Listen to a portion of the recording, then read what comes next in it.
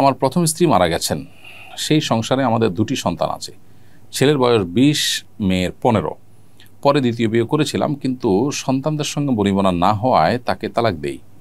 এখন তৃতীয় বিয়ের সিদ্ধান্ত নিয়েছি, কিন্তু সন্তানরা এতে রাজি না। তারা বলছে হয়তো স্ত্রী নয়তো সন্তান, এর যে কোনো একটা বেছে নিতে। এখন আমার করণীয় কি? ভাই মাহবুব রহমান, প্রথম কথা হলো যে বিয়ে না করলে যদি আপনার গুনাহে লিপ্ত হওয়ার আশঙ্কা না থাকে, বরং নিজের প্রতি নিজে সে কনফিডেন্ট থাকে যে আপনি কোনো প্রকার ফিতনায় জড়াবেন না, তাহলে সেক্ষেত্রে আপনার জন্য বিয়ে করা তো আবশ্যক না।